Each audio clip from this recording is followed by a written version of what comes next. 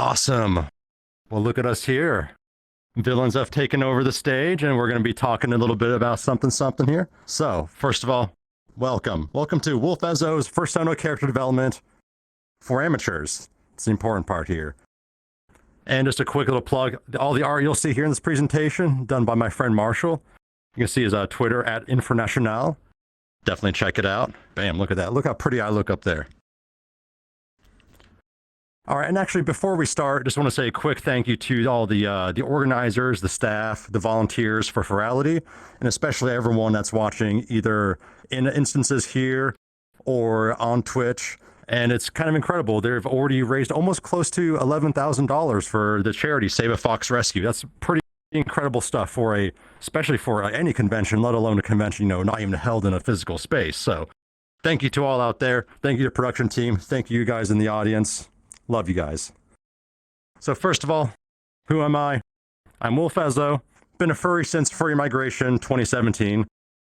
So that was about just a little bit over 4 years ago. And what do I do in real life? Tech consultant, software developer. Only reason I mention that is because I'm not a creative type. I'm not an artist. I'm not a writer. I'm very analytical and data driven. So hopefully this will kind of, if you resonate with that a bit, then hopefully this presentation will help you out. So what are we going to cover?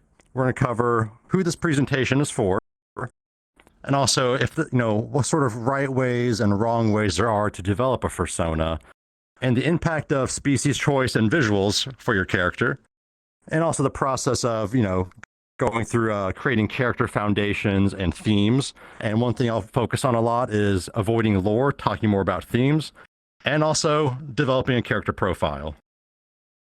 So first of all, who's this for? Definitely newbies to the fandom, like one of my friends out there I just met. If you want to develop a fursona, or you have a new fursona, or just kind of want to add a little bit more depth, this presentation's for you. If you don't really have a lot of creative skills, you're more of an analytical type, this presentation's for you. I mean, look, I didn't know what to put. I just put lorem ipsum up there. I don't even know what to put. And also, kind of like I mentioned before, analytical types. If you're very data driven, you can follow instructions very well. Don't have much creativity up here like me. This one's for you. So this is a little bit of a bait and switch. I know right and wrong. There is no right way, wrong way to do a fursona. There's just good ways and better ways. Because your fursona isn't a storybook character. It's not something you're putting into a screenplay. It's a representation of yourself within the furry fandom and how you choose to represent yourself. And furries and fursonas have always been about a bit of escapism. So that means you don't have to have a super in-depth fursona with lots of backstory and stuff. If you just want to be a silly dog and bounce around, that's what makes you feel good, then perfect. That is excellent. Stick with that. However kind of deep you want to make your fursona, that's up to you. There's no wrong way to do it. And the second bait and switch here is character species and visuals choice. I talked to some people in the Discord chat earlier. They kind of wanted to know more about, how should I design my fursona? Should I change some things about my fursona? I mean, look at me. I am red and white canine number 9,582. Look, there are so many fursonas like me. It's not about how you look. It's about how you portray yourself. So look how you want. Be whatever species you want. And in my previous time I gave this panel, this is my 4th time doing it, I said there were some hard stop choices. And what's a hard stop choice? Well, first of all, they can be worked around, but an example is like if you are like a species like a protogen, you're very mechanical, you're techie. It's kind of hard to be like, all right, I very identify with that fursona, but I kind of also want to put my character into a little bit of a like a fantasy medieval type of setting. And I talked to someone after one of my panels that said, for a D&D campaign we do, I still have my protogen fursona, but instead of the computerized display and the mechanics, I've swapped it out with like runic stones. So instead of a digital display and smiles showing, it's all going to be, a magical stone showing, glowing runes. Basically the same concept, but it's different display. And I thought that was genius. So Oh, even hard stop choices like that, you can still work around. Now, this is going to be on the quiz. Everyone's going to take the quiz. There's not one. But your goal is to make your character relatable. Make relatable characters. And how do we do that? We establish themes for our character. Just like a building, you need a foundation for it to sit on so it doesn't collapse. You need a foundation for your character. And part of that is coming up with themes. Now, when I talk to a lot of people, they say like, oh, Ezo, I need, I love your character. You have so much lore. I need more lore. No, don't do lore. Keep your origins and backstories intentionally vague. Don't write yourself into a corner at all. It's your Fursona. Like I said before, it's a representation of yourself in the furry fandom. You don't need backstory and lore for yourself. And, and remember, these are all suggestions, not, concrete rules or anything. Make sure, it helps if you avoid intellectual property. You don't have to avoid it, but it kind of writes you into a little bit of a corner, if you're like, let's say, like my character is an anthropomorphic Pokemon, but also want to exist with the Star Fox Squadron in the Star Wars universe. You got to be that's a lot of effort you got to put into it, but I've seen people do it before, so, do whatever you want. Now, I'm dating myself a little bit here. There used to be a game called Star Wars Galaxies, came out in about 2003, I think. Very fun game. I enjoyed it. MMORPG, Star Wars universe, but rather than everyone being forced into like some sort of combat role where you're going through dungeons and, exploring and killing things, the majority of classes in the game were non-combat based. Like you could have a career as a dancer in a cantina because you had to actually go as a combat character. You had to go and get your mind pool replenished or your action pool replenished by actually interacting with players who were dancers or musicians in cantinas. So you had a lot of interactivity going on with people socializing, people sitting down and chilling, people having entire their game career as a non-combat class. Just, there are people who are fashion designers, architects, doctors, nurses, animal trainers, and these are all things beyond just, blasty, shooty, and lightsaber stuff. It was so much fun. And why I say that is the CEO of that company, Sony Online Entertainment, John Smedley up there, once World of Warcraft came out, they wanted to change it. They made it much more like a World of Warcraft type of game. They got rid of all that stuff. You had to be a combat type of person. And his reasoning was that no one wants the Uncle Owen experience. Uncle Owen is Luke Skywalker's a moisture farmer uncle. And I really disagree with that statement. Because what the Uncle Owen experience is the notion that everyone wants to be a main character and not a background character. And that makes sense sometimes, but I don't agree with it. It doesn't make relatable characters because, if everyone's a main character, then no one's a main character. If everyone's a hero, then no one's a hero. It's some pretty basic stuff because being mediocre is relatable. Do you know who I don't relate to? I don't relate to superheroes. That's why I'm a villain. I don't relate to, titans of industry. I don't relate to billionaires. I relate to people that struggle, people that have issues, people that, it's tough to get by some days. And you should kind of take those concepts and put them into your character design, because the main goal is to make a relatable character. The goal is relatability right there. For the people in my audience, I'm just pointing to the slide there. And another thing I talk about is avoid lore, stick with general themes. And we'll talk a bit about what themes are here. Now, themes, they're much more flexible. Lore is rigid. Themes for me, let's take my character as an example. A theme for me is I'm like a roguish scoundrel. I'm, someone who looks out for himself, someone who looks out for those around him. But mostly, I'm sort of a little scallywag guy. I'm not saying my themes aren't that I'm a space captain or I'm, exist in a certain universe. It's these very high level themes of kind of what describes my character. lore would be much more rigid. Like, I exist in the EVE Online universe. I am, my character's from originally from the Molden Heath region, which is why I have red fur. It's stuff that doesn't really matter, or it really puts you into a corner where it's kind of hard to branch out if you ever want to. Like, a good theme can be applied to many different settings, time periods, and scenarios. While lore, you follow what's already set. Like, when you write lore, you have to follow it, or you have to rewrite it if you want to make any change. So keep it basic, keep it at a high level.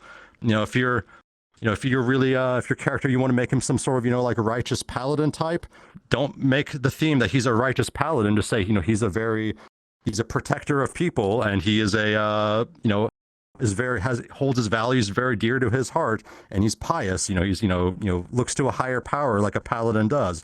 But don't say he's a paladin, because then you write yourself into a fantasy situation. Because then you can make that paladin put him into a sci-fi setting, and you can work there. And of course, with I have some world building projects. It's fun, especially for stories and whatnot. But when you're working on your Fursona, again, the representation of yourself to the furry fandom, don't get caught up in world building. Just keep it simple. So here's an example of a environmental theme, a multi-sided territorial conflict. Now, these all follow the same theme, all very different situations. Example 1, you have multiple factions in space, so you got a sci-fi setting, and they're going to war over planets and resources. They're fighting for resources and going to war with each other. Multi-sided territorial conflict, very straightforward. We've seen it in sci-fi all the time. Now, taking a completely different direction, another example of a more multi-territory or multi-sided territorial conflict, rival businesses working to launch similar products in a new market. There's still multiple sides, it's still conflict about territory. And example 1 and 3 kind of tie together. They're very similar, but the settings are completely different. I love Mad Max. I love post-apocalyptic stuff. I need to get more art of me in that kind of style because I love that so much.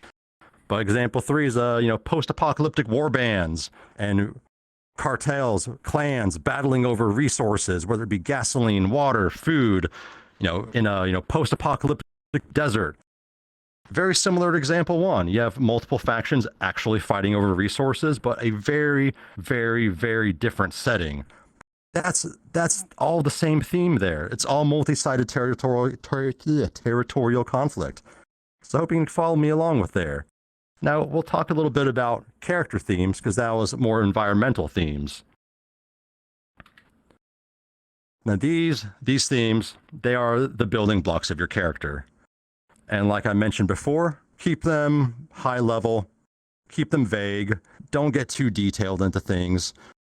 Like myself, rogue, scoundrel, some sort of, not a good guy, but not a bad guy. It allows for a lot of flexibility. And also, from these themes are where you're going to draw your character motivations from. And we'll talk more about motivations later in the presentation. And I hope you can kind of also see, same with the environmental themes we talked about, character themes can also be independent of a setting and time period. Like, my roguish scoundrel self, I exist mostly now in like a sort of a space universe, as most people see me in. But you can pick me up, put me into an Age of Sail thing. All of a sudden, I'm a 17th century pirate. I'm doing the exact same thing. I don't have to make hardly any changes to my character other than what I'm wearing. Put me in a, like a fantasy Dungeons and Dragons setting. Boom, I'm a thief or a rogue hanging out in a tavern, doing the exact same thing. These are the themes. They're very high level, and you can, put yourself into various scenarios and time periods. That's what we're going for. And also, work with what you know. If one of your hobbies is you love to bake, you love cooking things, incorporate that into your Fursona. Whether it be cooking or baking, doesn't need to be their whole main spiel, doesn't need to be what they're all about, but just a little quality about them. My Fursona loves to bake cakes. They love to bake. It relaxes them. Just those little tiny things all add up and give your character a lot more depth. And kind of like what I mentioned with the baking before is, any sort of generic roles or jobs, like In space, like I kind of use myself as an example because talk about what you know. I know myself the best. You know, in space settings, I'm like a freelancer. I, fly ships around, just trying to make ends meet, get money. I could, also be a privateer in, Age of Sail times, doing the same thing, but instead of in space, I'm on a wooden boat on the sea. And also, reach in and grab, your hobbies and interests too. I mentioned the cooking thing earlier. That's an example of that. And also, like, I am a big EVE Online player, and I play with a lot of other furs there. Go Standards Contracting, Test Alliance, please ignore, best furry PvP group in all of gaming. And I draw a lot from that to kind of flush out my own character. I take my experiences there and kind of just translate them over into my Fursona. I mean, my Fursona exists in that game, to begin with. And something else is, the personality type of your Fursona. A lot of times we try to kind of get an idealized form of ourselves in our Fursona, but sometimes if you go a little bit too far, it can make yourself kind of a bit awkward and clunky. So, kind of stick with kind of what you know. Like, I like to talk a lot. I'm a social guy, so I kind of have a charismatic persona. I would like to be, like a dark, broody, evil dude, but that's kind of not who I really am. And like I said before, be mediocre. Don't be the best at what you do. People like to say, like, oh, Ezo, you're a space commander, space admiral. Like, no. I'm a shitty pilot who can barely keep his crap together. I'm bad at what I do, but that's what makes you endearing.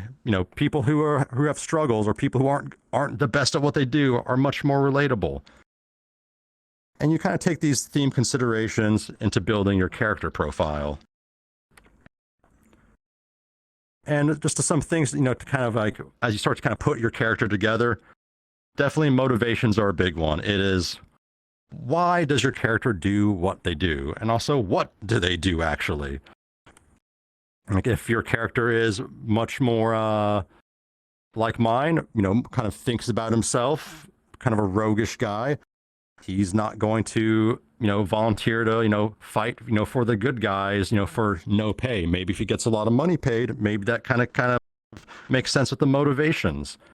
And quirks and traits, these are a little bit, I kind of consider them more like the like advanced things, because they aren't really needed, but they do just add a little bit of extra, a little salt and a little bit of flavor onto your character depth. And the big thing we're going to talk about are flaws. None of us are perfect, no matter how we project ourselves on social media to be perfect. None of us are perfect. We have flaws. And here's a little bit of statement from Marshall. He's the guy that does all the art for this. Not only is it important to realize how a character's psyche is informed by their past and their journeys they go through, but to recognize the subtle and indirect ways it might impact minor details. Not everything needs to be attributable to a major plot point, but it needs to make organic sense. Kind of like what I was saying before, at one point I had lore of why my fur is even red. It doesn't matter. It wasn't needed. Like, not everything that happens with your character needs to have some sort of huge backstory for it. People ask me, like, oh, what's the deal with the, I don't know which side, the eyepiece? There's no deal. I just like it. I got, with my fursuit, I was at MFF. I saw a little mono goggle. I bought it, put it on my fursuit. I liked it. I stuck with it. I added it to this, as you can see. It doesn't need to have major plot points to it. Now, going on with our character profile, let's talk about motivations. Like I said before, it drives the what and why of what your character does. And motivations don't always have to be good. They can be selfish. They can be, because, humans aren't always all good emotions. We have feelings of wanting to, get revenge, or, feeling depressed, or, just trying to find some sort of sense of relief. Your motivations can draw from that. Not everything needs to be, I want to save the world, or I just want to have as many friends and be cuddly as possible. It can be like, I just want to get back at some bad guy that, screwed me over, and I will go through hell or high water to do that. Now, a little bit more about quirks. There's a little example here on the down there. So my character, kind of social, charismatic, talks a lot. sometimes can get you in trouble. As I see in this clip from this comic, I am talking to a main character, and maybe I shouldn't be talking to him. Maybe I might get myself in trouble by just striking up a conversation with a stranger on the subway who looks like someone I know. That's a quirk, and it doesn't impact things heavily. It's very minor. I don't need to have a backstory of why I'm social. It's just because I am, but it just adds a little bit more flavor, a little bit more depth to your character. And one big thing to consider with quirks is you got to be consistent. Because if my character all of a sudden, a few panels over is now like, oh, I'm socially anxious and I don't want to talk to anybody, I'm just going to hang back quiet, that it doesn't quite work out. So make sure to be consistent if you have quirks and traits. But again, these are more of an advanced thing, and you don't need to even start there if you don't want to. Now, the big thing, flaws. Flaws have flaws. Have flaws. Flaws are very relatable. You can draw your flaws from your backstory, the themes you establish. They can be, very vague. You can, and depending on what kind of setting you're in, you can actually make them a little bit more specified. One of the few times you can actually make something a bit more detailed and not as vague. And one thing people kind of, especially younger folks, kind of misinterpret with flaws is they actually have to cause a problem. Like the old job interview question of, what's your biggest weakness? If you say something like, oh, I work too hard, or, I'm too dedicated to my job and that causes problems, you're just dressing up yourself trying to look good. That's not a flaw. But also flaws, they don't need to be depressing and dark. They can be, they don't need to be that bad. And make sure they also line up with your traits and quirks if you are adding them to your character. Now, we'll walk through some examples of flaws. Just our example person of Dale here. This is something that I think a lot of us can relate to. I certainly can. So Dale likes to stay up late. He has trouble waking up, and sometimes it makes his day hectic. Why is this not a flaw? It's because it doesn't really cause an issue with him. It's just an inconvenience it causes him, and it's only affecting him. Now, a little bit of more of a meh flaw. Dale likes to sleep in so much that he ends up late to events and obligations, which makes his friends mad at him. The key now is that it's impacting other people around him negatively. So now it's starting to actually cause a problem. And taking a little bit more to the extreme now, Dale's sleep issues have cost him multiple jobs and friends. He would rather stay up and focus on himself rather than do what's responsible. In that case, go to sleep at normal time. And this is a bit more of an extreme example because it's, he's been fired from a job, he's lost friends because of it, and even though that's happened, he still chooses to do the same bad decisions. So that's an extreme example of a flaw. Now, let's go a little bit more towards the fantasy side of things again, using me as an example, and just a fictitious space faction we're just going to call the Cartel. So not a flaw. Ezo struggles commanding his ship when engaging with cartel pilots. He gets reckless, but his crew always keeps him in check. The crew keeps me in check. There's no issue happening. It's just inconveniencing people, not a flaw. Now, just kind of crank up the heat a little bit on the flaw. My personal vendetta against the cartel has led me to taking missions too personal and getting scorned from my superiors. All right, now it's starting to impact whatever job my character is having in whatever universe this example universe is. So it's starting to cause some actual problems. Now, taking this emotional brashness sort of flaw and making it a little bit more extreme, Ezo's hatred towards the cartel puts him and his crew's life at risk with brash, emotionally driven actions. This has previously cost the lives of some close to him, and he has been demoted. So, impacting job, people have died in this example universe. That's causing a problem. That's a flaw. The emotional instability and not being in control of my feelings, when fighting a certain group of people, for whatever reason that is, has caused problems. That's a flaw. Now, kind of as we approach the end here a little bit, let's work some general tips, just kind of to recap a few things. Be flexible with how you play your character. Because, when I first joined the furry fandom a little bit over 4 years ago, I didn't come into being like, oh, I'm going to be some space wolf, scoundrel type. No, like my original description on Fur Affinity was like, Ezo is a software developer from the countryside, now living in the city. he wants to make friends and have fun. Very, nothing wrong with that. Very, very basic thing. And as as I sort of incorporated things from my hobbies like EVE Online and my interest in like space exploration into my Fursona, it kind of, now you see a little bit more of what has happened. And for those of you like follow my social media, you see a lot of space related stuff too with it. And also remember that this isn't a storybook character. This is a representation of yourself to the furry fandom. We don't need lots of lore, lots of backstory. And also, don't force yourself into playing something that you aren't quite comfortable playing. Like, we do want to kind of, live in an idealized form of ourselves. So, we can maybe better ourselves through, having a Fursona to kind of act as an abstract, character to work through. But if it's starting to kind of has like personality traits and doing things that you don't feel comfortable doing, don't force it, play what you're comfortable with. And like I mentioned before, this character has grown and evolved from something I did not expect to what it is now. So, let your character grow, let things change. If you find something cool you want to add it. Let your character take a life of its own. And just to kind of wrap things up, going through everything we've talked about, there's no wrong way to be a Fursona. It's all about escapism, having fun.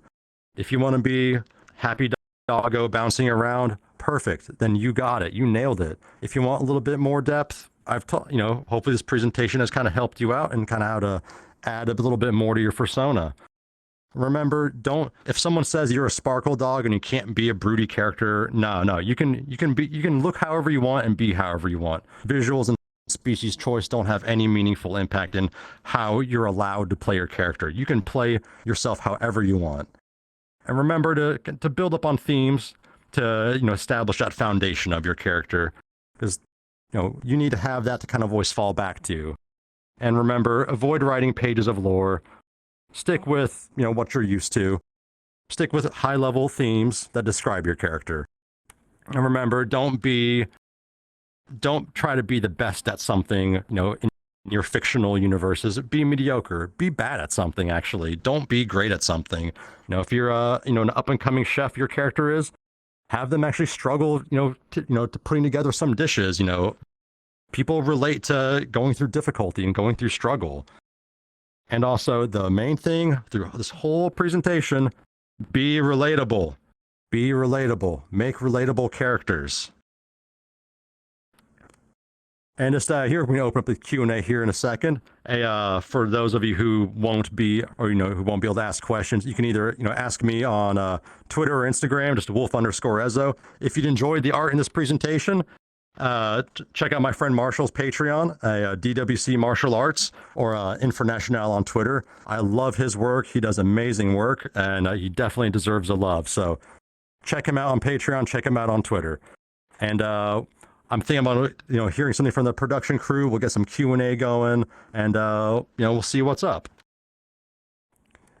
It was a hero over here. Hi, Ezo. A hero. Oh. Gross, a hero. Boo. Oh, well. No, it's okay. It's okay. Well, I'll do you a favor just once, and we've got some questions already coming in. I believe we have some on Twitch and on Discord. If you are in the Furality Discord server, there's a special Q&A channel just for this event. Go ahead in there and ask your question right now. But we'll start off with one from Discord here. So let me just pull up my screen.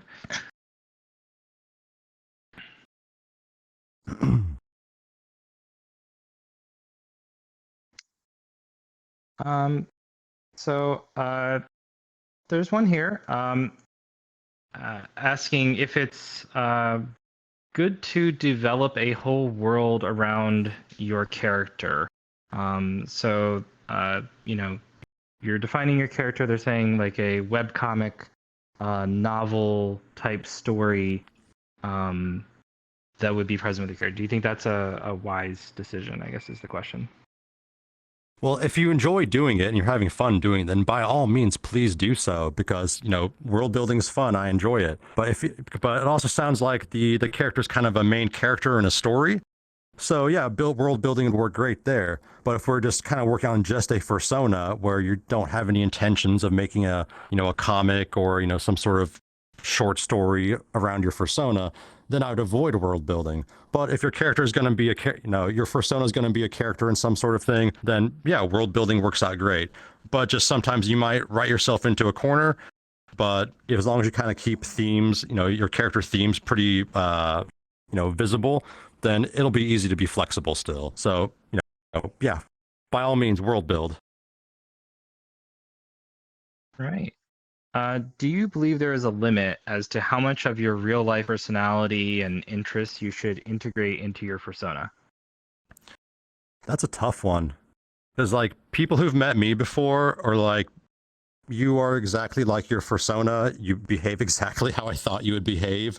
Just, there's a bit more of a, roguish space element. I don't actually hijack ships and rob, ships and pirate things. But you can take those kind of high level elements from your real life self. Like, if you're, you don't like crowds, you don't like to party, those kind of high level themes, you can apply those to your persona too. But maybe like, getting like the exact same job you're doing and, the exact same place you live, maybe avoid being too detailed with your real life in there, if that makes sense. Yeah.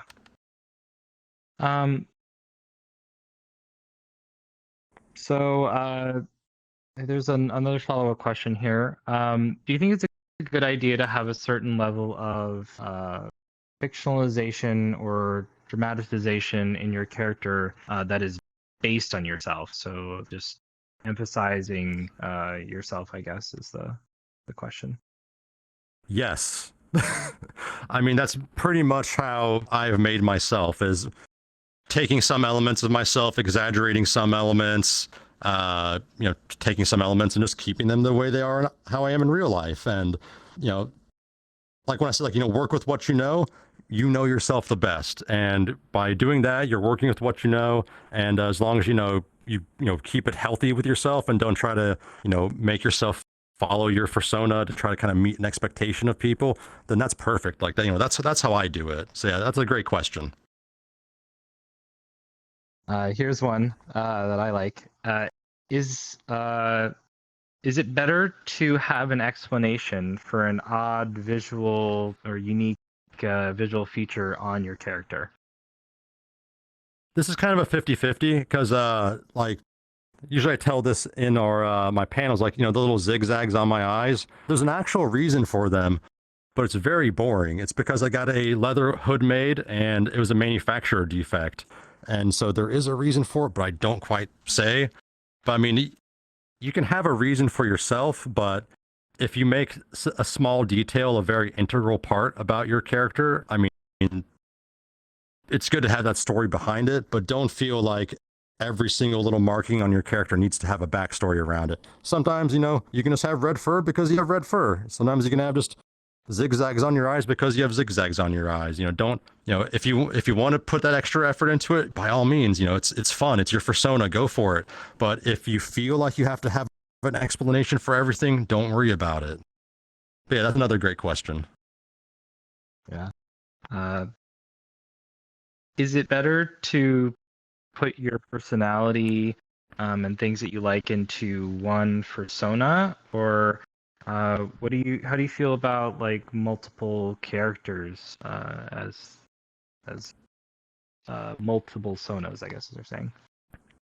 Yeah, like I know people who have multiple sonas, and like I think that's great because a lot of them, they all have very different personalities, and they like to kind of play those different characters and have very different personalities, and that's great to do. Like myself, since the way I kind of do it has been sorry, there's a cake in the audience, but the way I kind of do it is that it all kind of comes from me. So I'm always kind of playing the same character. So that's why I have one persona. But if I ever had an urge to kind of, wanting to play, like a very different type of character, then yeah, having multiple personas is a great way to do that. Another great question. Yeah, we got some few more coming in here.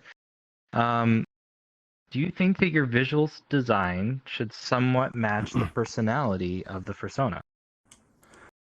I mean, it can. That's like, I feel that makes it a little bit easier for you. Like, if you're a very like, broody sort of like noir type of person, then having like sparkle dog colors might make it a little bit more difficult for you. But as I said before, you can still be a broody person and be a sparkle dog and have bright colors. It just, it might make it a little bit more challenging for you.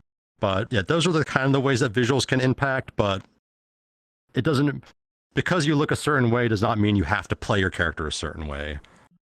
But looking a certain way can also make things a little easier too. All right. We got one here. Going back to world building. Would world building work if you're incorporating all of your characters? So going to that multiple character, multiple Fursona thing instead of one Fursona. So you're building a world for those multiple characters. Yeah, since you're having multiple characters, the world building can definitely help. One thing I actually didn't mention is like with our EVE Online group, we have multiple characters that are, all played, who are all different people, and us kind of existing in a whole world on our own kind of helps each other like naturally build up our own characters. So even if you have characters, in one world you're building up, if you have any friends who want to kind of join in on that world building, let them in. That can be a good experiment and a fun time to kind of, explore what your characters are. So yeah, by all means, throw all your characters in a world. That's also a fun way to kind of keep everyone organized too. All right, I still got quite a few here. If you're okay with taking a few more. Of course. All right, here's a little fun one. How long did it take you to settle on your current Fursona? Funny story is like, I came from the pup community and then a furry, and the hood that had the manufacturer defect that had the black zigzags, it predates my Fursona. So when I went to Furry Migration 2017, I showed an artist a picture of my hood. I'm like, hey, can you draw this, me as a wolf with this hood on? And they were, they did a very good job with it. I still have the badge up on my wall, the very first Ezo art ever. So for me, it was pretty quick. I just talked to the maker doing the leather work. Like, I want a wolf with some red. I like red, maybe some white, and just show me what you got. And so basically, yeah, someone else designed the initial versions of my Fursona, and I've made iterations and changes as it went. That's one I actually haven't gotten before. All right, so there's one here, and there are actually two questions talking about this. So I'll try to summarize both and cover both. Should the backgrounds of characters include such things as like reduced hearing or vision impairments as trait for a character? One question is asking if those sorts of issues or challenges might write the character into a corner, and the other is asking, how much of a role should that play in characters overall? That's an amazing question. I'm so happy someone asked it because I've actually never quite considered it before.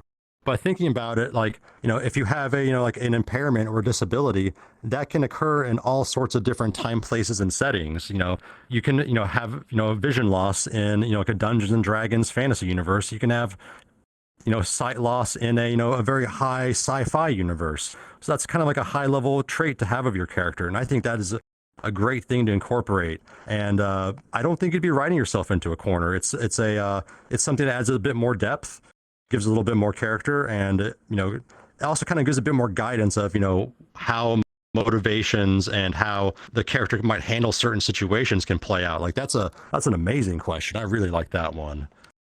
Like, yeah, definitely incorporate that sort of thing if that's what you're looking to do.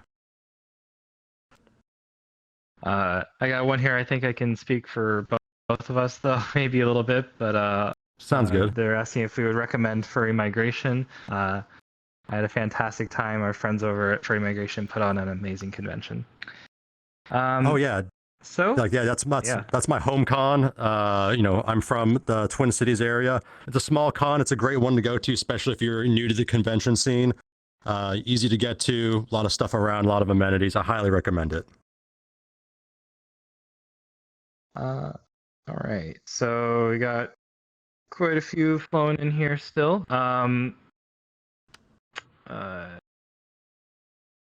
would you handle a character that you feel you've already made it too similar to yourself personality wise? So how about like further developing a character?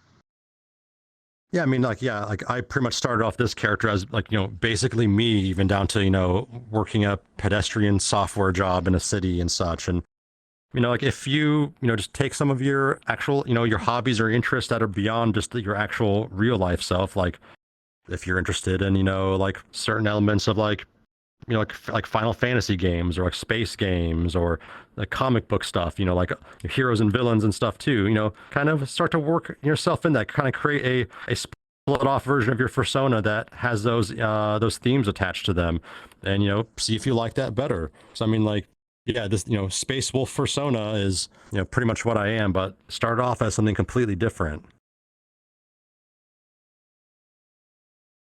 Are there any helpful habits to develop to help improve the genuineness of your persona or character? Oh yeah, definitely. I be humble.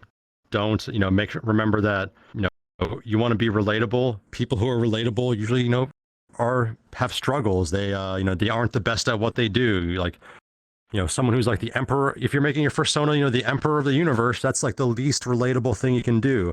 Maybe if you want to be in like some sort of space government role, be some sort of low level bureaucrat that's stuck in the grind. Like that's relatable.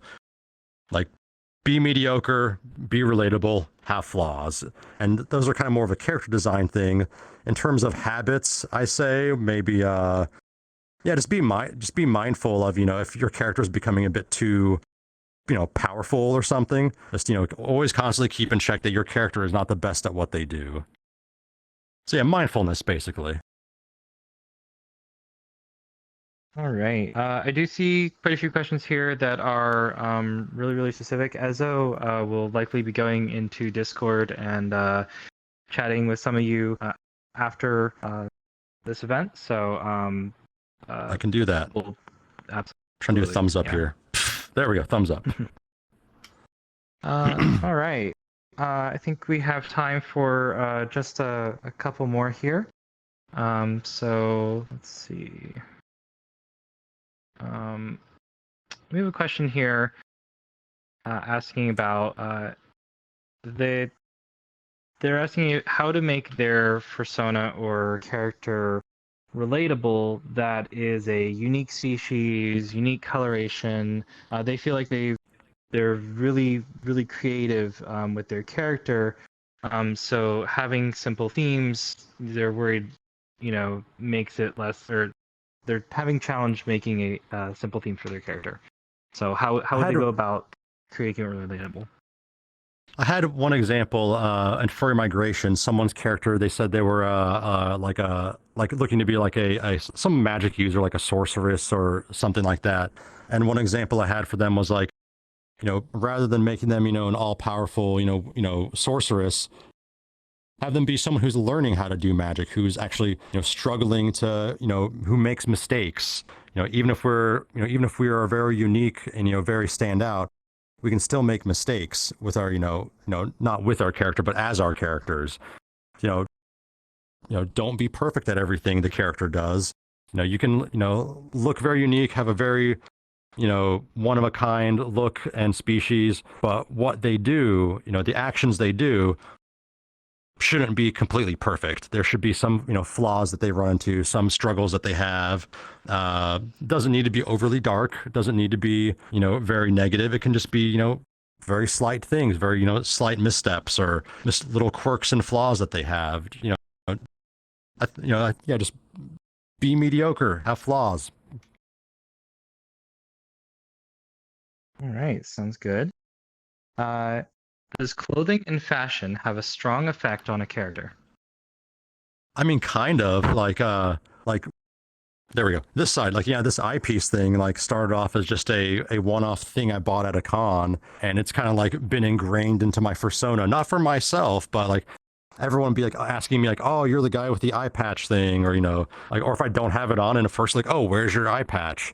So yeah, it can kind of, it can actually be a big impact. And some kind of, some items of clothing are pretty iconic too. So, if you want to, really lean into the fashion and the clothes and accessorizing, awesome, do it. Like, it's a really fun way to have, like, to kind of jazz up your Fursona a little bit. But it's not mandatory, but it is a lot of fun though. Another good question. Yeah. There's a question about having multiple versions of the same Fursona. They also are asking about fitting them into one big story. But I think definitely I've seen people who have multiple versions of their same persona before.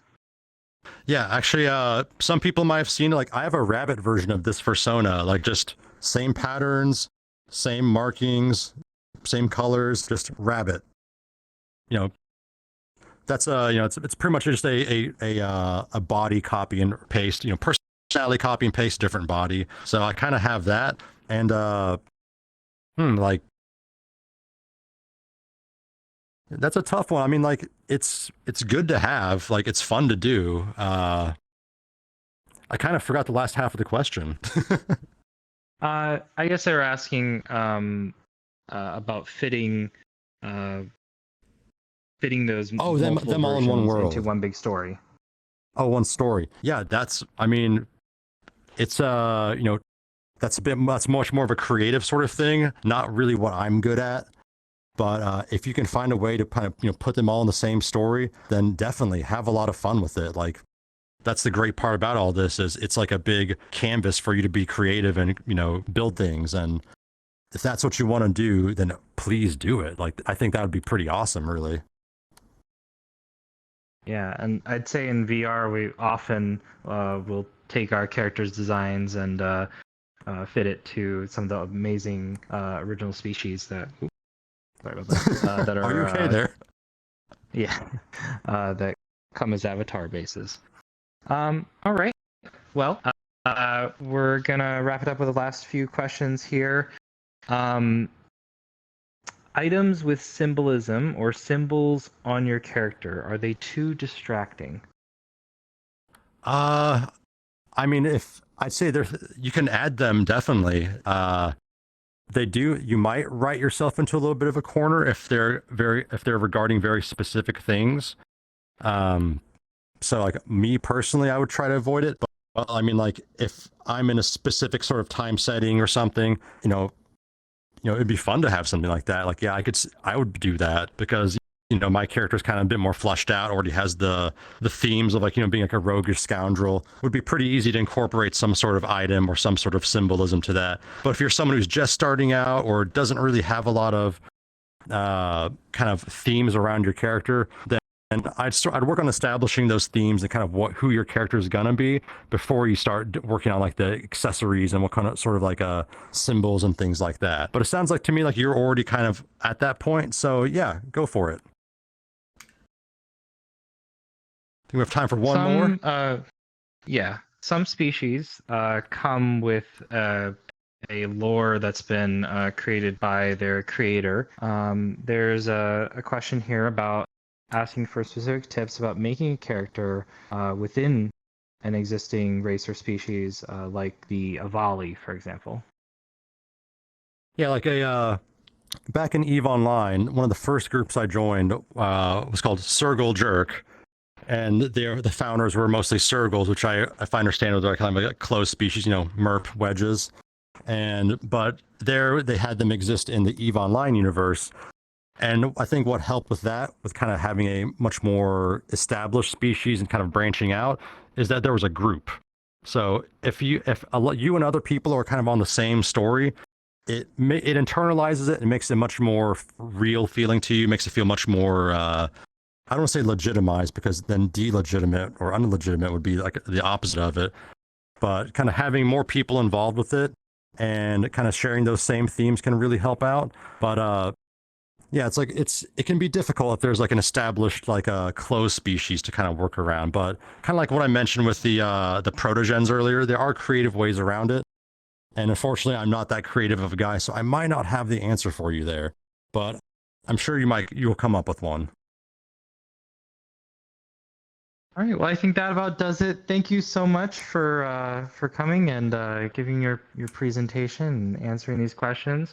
Again, Ezo, we'll be taking a look at that Discord channel a little bit later. So if you do have any other questions, feel free to leave them there. And I'm sure we'll later this evening be able to give some responses for anyone else. Yep. Yeah, hit me up on Discord, folks. All right. Well, take care, everyone. Stay tuned for Sonic Fox.